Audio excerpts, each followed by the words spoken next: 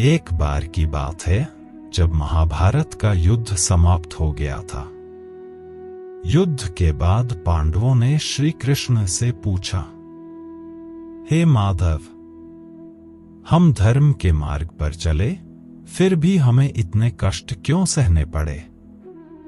श्री कृष्ण मुस्कुराए और एक सुंदर कथा सुनाने लगे। एक किसान रोज भगवान की पूजा करता था। वह बहुत मेहनती था, लेकिन उसे हमेशा लगता कि उसके खेत में उतनी फसल नहीं होती जितनी होनी चाहिए। एक दिन उसने भगवान से प्रार्थना की, हे प्रभु, इस बार आप मौसम का पूरा नियंत्रण मुझे दे दें, मैं जैसा चाहूंगा वैसा ही करूंगा। भगवान ने उसकी बात मान ली। अब किसान ने कभी तेज धूप कराई, कभी बारिश और कभी ठंडी हवा, लेकिन उसने आंधी और तूफान नहीं आने दिए। उसे लगा कि तूफान और तेज बारिश से फसल खराब हो जाती है। जब फसल कटाई का समय आया तो किसान को बहुत आश्चर्य हुआ। फसल कमजोर थी, उसमें दाने नहीं थे। उसने भगवान से इसका कारण पूछा। भगवान ने मुस्कुराकर कहा, तूफान और विपरीत परिस्थितियां ही पौधों को मजबूत बनाती हैं। संघर्ष के बिना कोई भी चीज अपने सर्वोत्तम रूप में नहीं आ सकती। श्री कृष्ण ने पांडवों से कहा, जीवन में कठिनाइयां भी आवश्यक हैं। बिना संघर्ष के सफलता का असली स्वाद नहीं आता। हर परिस्थिति हमें कुछ सिखाने के लिए आती है। इसलिए सच्चे मन से कर्म करो और फल की चिंता मत करो। यही गीता का संदेश भी है। कर्म करो, फल की चिंता मत करो। जो सच्चे मन से अपने धर्म और कर्तव्य का पालन करता है, उसे जीवन में सफलता अवश्य मिलती है। संघर्ष से घबराना नहीं चाहिए, बल्कि उसे अपनी शक्ति बनाना चाहिए। कठिनाइयां ही हमें सशक्त बनाती हैं और हमें सफलता की ओर ले जाती हैं। एक बार की बात है, भगवान श्री कृष्ण अपने भक्तों की भक्ति की परीक्षा लेने के लिए द्वारका से बाहर निकले। वे एक वृद्ध ब्राह्मण और एक निर्धन लकड़हारे से मिलने गए। वृद्ध ब्राह्मण दिन रात पूजा पाठ करता था। जब श्री कृष्ण उसके पास गए और पूछा, हे ब्राह्मण, यदि तुम्हें वरदान मिले तो क्या मांगोगे? ब्राह्मण ने उत्तर दिया, हे प्रभु, मैं चाहता हूं कि मेरा ज्ञान बढ़े और मुझे मोक्ष की प्राप्ति हो, लेकिन पहले मेरे शरीर को कोई कष्ट न हो, मेरा जीवन सुखद रहे। श्री कृष्ण मुस्कुराए और आगे बढ़ गए। इसके बाद श्री कृष्ण एक निर्धन लकड़हारे से मिले, जो जंगल में लकड़ियां काटकर अपनी जीविका चलाता था। श्री कृष्ण ने उससे भी वही प्रश्न पूछा, हे लकड़हारे, यदि तुम्हें वरदान मिले तो क्या मांगोगे? लकड़हारे ने श्रद्धा से कहा, हे प्रभु, मुझे हर परिस्थिति में आपकी भक्ति बनाए रखनी चाहिए। चाहे दुख हो या सुख, मैं हमेशा आपका नाम ले सकूं और आपको स्मरण कर सकूं। श्री कृष्ण अत्यंत प्रसन्न हुए और कहा, हे भक्त, तुम्हारी सच्ची भक्ति के कारण मैं तुम्हें ऐसा आशीर्वाद देता हूं कि तुम्हारी हर कठिनाई तुम्हें और अधिक मजबूत बनाएगी और अंततः तुम्हें परम आनंद की प्राप्ति होगी। श्री कृष्ण कहते हैं, जो व्यक्ति सच्चे मन से मेरी भक्ति करता है और हर परिस्थिति में मुझ पर विश्वास रखता है, उसे जीवन में किसी भी प्रकार का भय नहीं होना चाहिए। सुख दुख केवल अनुभव हैं, लेकिन भक्ति और श्रद्धा सबसे बड़ी शक्ति है।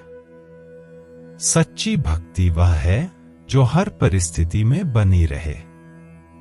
सुख की चाह में भक्ति न करें, बल्कि भक्ति में ही सच्चा सुख ढूंढें। एक दिन की बात है जब श्री कृष्ण और सुदामा बचपन की यादों में खोए हुए थे। सुदामा, जो बहुत गरीब ब्राह्मण थे, अपनी पत्नी के कहने पर श्री कृष्ण से मिलने द्वारका आए थे। उनके पास भगवान को देने के लिए मात्र मुट्ठी भर सत्तू, चिवड़ा था, लेकिन सुदामा ने सोचा, क्या मैं इसे कृष्ण को दूं या नहीं। जब सुदामा द्वारका पहुंचे तो श्री कृष्ण अपने राजमहल में थे। जैसे ही उन्होंने अपने बचपन के मित्र सुदामा को देखा, वे सिंहासन छोड़कर दौड़ पड़े। उन्होंने सुदामा को गले लगा लिया और प्रेम से कहा, हे सखा, कितने वर्षों बाद तुम आए हो। तुम्हारे बिना मेरा यह राजमहल भी सूना लगता है। श्री कृष्ण ने प्रेम पूर्वक सुदामा को बैठाया, उनके पैर धोए और उन्हें राजसी सत्कार दिया। यह देखकर वहां उपस्थित सभी लोग हैरान रह गए कि एक राजा अपने गरीब मित्र का ऐसा स्वागत कर रहा है। सुदामा संकोच में थे कि वे श्री कृष्ण को अपना सत्तू दें या नहीं। श्री कृष्ण ने उनकी झिझक समझी और हंसते हुए कहा, मित्र, क्या तुमने मेरे लिए कुछ लाया है? सुदामा ने कांपते हाथों से वह सत्तू श्री कृष्ण को दिया। श्री कृष्ण ने उसे प्रेम से खाया और कहा, यह सत्तू मेरे लिए सोने चांदी से भी अधिक मूल्यवान है, क्योंकि यह मेरे मित्र के प्रेम का प्रतीक है। सुदामा बिना कुछ मांगे वापस अपने गांव लौट आए। लेकिन जब वे अपने झोपड़ी के स्थान पर एक सुंदर महल देखकर चकित रह गए। भगवान श्री कृष्ण ने उनकी गरीबी दूर कर दी थी, क्योंकि सच्ची मित्रता में स्वार्थ नहीं होता, केवल प्रेम होता है। सच्चा मित्र वही होता है जो सुख दुख में साथ खड़ा रहे। मित्रता धन से नहीं, प्रेम और निष्ठा से निभाई जाती है। भगवान भक्त की भक्ति का सम्मान करते हैं और उसे कभी खाली हाथ नहीं लौटाते। एक बार की बात है, द्वारका में एक विचित्र समस्या उत्पन्न हुई। दो स्त्रियां एक ही बच्चे को अपना बताकर श्री कृष्ण के दरबार में न्याय की गुहार लगाने आईं। दोनों का दावा था कि बच्चा उनका है, लेकिन यह तय करना मुश्किल था कि सच्ची मां कौन है। श्री कृष्ण की बुद्धिमत्ता। श्री कृष्ण ने दोनों की बातें ध्यान से सुनी और फिर एक निर्णय लिया। उन्होंने सैनिकों से कहा, इस बच्चे को दो भागों में काटकर दोनों माताओं को बराबर बराबर बांट दिया जाए। यह सुनते ही पहली स्त्री चुप रही, लेकिन दूसरी स्त्री चिल्लाकर बोली, नहीं नहीं, इस बच्चे को मत मारो, इसे दूसरी स्त्री को दे दो। मैं अपने बच्चे को जीवित देखना चाहती हूं, चाहे मुझे उससे अलग होना ही क्यों ना पड़े। सच्ची मां की पहचान। श्री कृष्ण मुस्कुराए और बोले, यही इस बच्चे की सच्ची मां है, क्योंकि एक सच्ची मां अपने बच्चे की जान बचाने के लिए किसी भी त्याग के लिए तैयार रहती है। श्री कृष्ण ने न्याय करते हुए बच्चा उसी मां को सौंप दिया जिसने उसके जीवन की रक्षा करने की सोची थी। यह देखकर सभी लोग भगवान के न्याय बुद्धि की सराहना करने लगे। सच्चा प्रेम स्वामित्व का दावा करने में नहीं, बल्कि त्याग और देखभाल में है। न्याय का आधार केवल तर्क नहीं, बल्कि करुणा और सच्चाई भी होनी चाहिए। धर्म वही है जिसमें अहिंसा और सच्ची निष्ठा हो। एक बार भगवान श्री कृष्ण और उनके प्रिय भक्त नारद मुनि एक गांव में भ्रमण कर रहे थे। चलते चलते नारद मुनि ने श्री कृष्ण से पूछा, प्रभु, इस संसार में सबसे बड़ा भक्त कौन है? श्री कृष्ण मुस्कुराए और बोले, चलो मैं तुम्हें दिखाता हूं। एक साधारण किसान की भक्ति।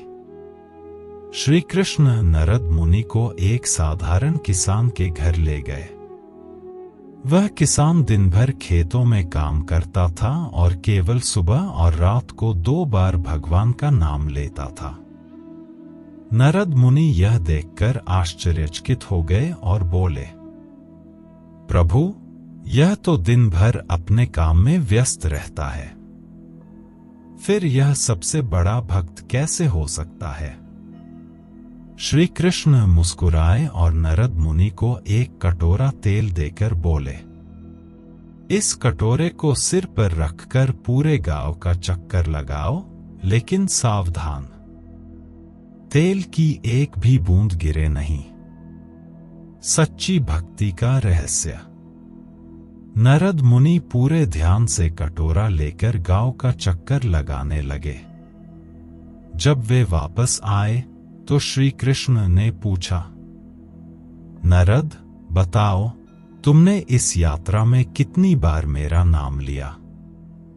नारद मुनि झिझक गए और बोले, प्रभु, मैं तो पूरा समय इस कटोरे को संभालने में व्यस्त था, इसलिए मैं आपका नाम नहीं ले सका। श्री कृष्ण ने मुस्कुराकर कहा, यही अंतर है। वह किसान भी दिन भर अपने काम में व्यस्त रहता है, लेकिन फिर भी वह सुबह और रात को मुझे स्मरण करना नहीं भूलता। यह सच्ची भक्ति है। सच्ची भक्ति केवल मंदिरों में बैठकर भगवान का जाप करने में नहीं, बल्कि अपने कर्तव्यों को निभाते हुए भी ईश्वर को याद करने में है। जो व्यक्ति जीवन के हर कार्य में ईमानदारी और श्रद्धा रखता है, वही सच्चा भक्त है। भक्ति समय की गिनती से नहीं, हृदय की गहराई से होती है। एक बार की बात है, भगवान श्री कृष्ण और अर्जुन जंगल में घूम रहे थे। चलते चलते अर्जुन ने श्री कृष्ण से पूछा, हे माधव, इस संसार में सबसे बड़ी सेवा क्या है? श्री कृष्ण मुस्कुराए और बोले, इसका उत्तर मैं तुम्हें एक कार्य देकर दूंगा, एक अनोखा कार्य। श्री कृष्ण ने अर्जुन को एक वृद्ध ब्राह्मण के घर भेजा और कहा, जाकर पूछो कि उन्हें किस चीज की सबसे ज्यादा जरूरत है और उनकी सहायता करो। अर्जुन गए और ब्राह्मण से पूछा। ब्राह्मण बोले, मुझे धन की बहुत आवश्यकता है ताकि मैं अपने परिवार की देखभाल कर सकूं। अर्जुन ने उन्हें सोने की कुछ मुद्राएं दे दी और संतुष्ट होकर वापस लौट आए। लेकिन अगले ही दिन अर्जुन ने देखा कि वह ब्राह्मण फिर से गरीब था। उसने धन गंवा दिया था। एक साधारण व्यक्ति की सेवा। अब श्री कृष्ण ने अर्जुन को फिर से भेजा, लेकिन इस बार किसी साधारण व्यक्ति को मदद करने के लिए कहा। अर्जुन को एक गरीब लकड़हारा मिला। अर्जुन ने उससे भी पूछा कि उसे क्या चाहिए। लकड़हारे ने कहा, मुझे बस एक अच्छी कुल्हाड़ी चाहिए ताकि मैं ज्यादा लकड़ियां काट सकूं और अपने परिवार को अच्छे से खिला सकूं। अर्जुन ने उसे एक मजबूत कुल्हाड़ी दे दी। लकड़हारे ने इसे पाकर मेहनत करना शुरू कर दिया और कुछ ही महीनों में वह एक सफल व्यापारी बन गया। सच्ची सेवा का अर्थ। श्री कृष्ण ने अर्जुन से कहा, देखा अर्जुन, सबसे बड़ी सेवा वह है जो किसी की आत्मनिर्भरता बढ़ाए, न कि केवल क्षणिक सहायता करे। सच्ची सेवा केवल दान देना नहीं, बल्कि किसी को आत्मनिर्भर बनाना है। जब हम किसी की मेहनत करने की शक्ति बढ़ाते हैं, तो हम उसकी पूरी जिंदगी बदल देते हैं। भगवान उन्हीं की मदद करते हैं जो खुद पर भरोसा रखते हैं और कर्म करने से नहीं डरते। एक बार भगवान श्री कृष्ण अपने भक्तों की भक्ति की परीक्षा लेने के लिए रुक्मिणी के साथ राजमहल में बैठे थे। तभी उन्होंने अचानक अपने सिर पर हाथ रखा और ऐसा जताया जैसे उन्हें तेज दर्द हो रहा हो।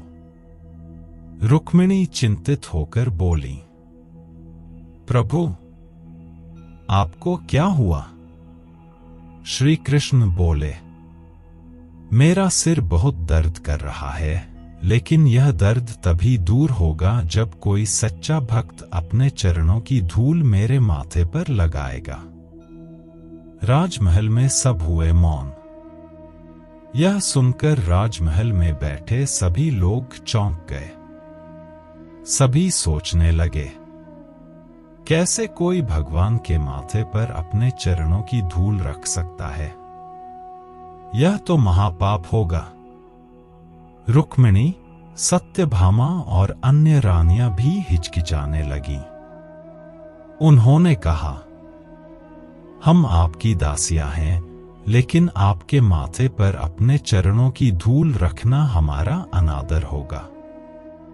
हम यह नहीं कर सकते। गोपियों की निस्वार्थ भक्ति।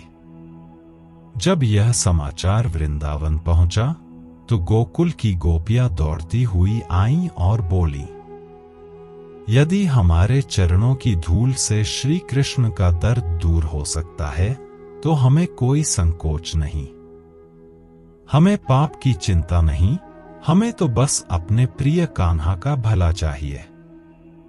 गोपियों ने खुशी खुशी अपनी चरण धूल श्री कृष्ण के माथे पर रखी और तुरंत उनका सिर दर्द ठीक हो गया। श्री कृष्ण का संदेश। श्री कृष्ण मुस्कुराए और बोले, देखा, सच्ची भक्ति वही होती है जिसमें निस्वार्थ प्रेम हो।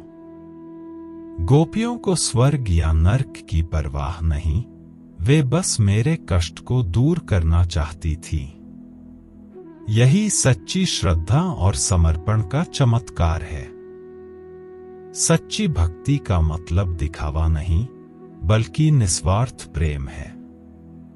जो सच्चे मन से भगवान को चाहता है, वह अपनी परवाह किए बिना उनकी सेवा करता है। श्रद्धा और प्रेम में अहंकार और स्वार्थ नहीं होना चाहिए। एक बार की बात है, द्वारका में श्री कृष्ण के दरबार में एक क्रोधित व्यक्ति आया। वह बहुत गुस्से में था और जोर जोर से बोल रहा था, हे कृष्ण, मैं तुमसे नफरत करता हूं। तुमने मेरे परिवार को कष्ट पहुंचाया है, मैं तुम्हारा अपमान करने आया हूं। राजसभा में सभी लोग स्तब्ध रह गए। वे सोचने लगे कि भगवान इस अपमान का क्या उत्तर देंगे। श्री कृष्ण की शांति। लेकिन श्री कृष्ण शांत भाव से मुस्कुराए और बोले, ठीक है, लेकिन इससे पहले कि तुम मेरा अपमान करो, कृपया मेरे साथ थोड़ा जल पी लो और विश्राम कर लो। वह व्यक्ति श्री कृष्ण की इस शांति से चकित था, लेकिन उसने जल पी लिया और थोड़ा आराम किया। कुछ समय बाद श्री कृष्ण ने उससे पूछा, अब बताओ, क्या तुम अभी भी मुझे अपशब्द कहना चाहते हो? उस व्यक्ति का गुस्सा अब कम हो चुका था।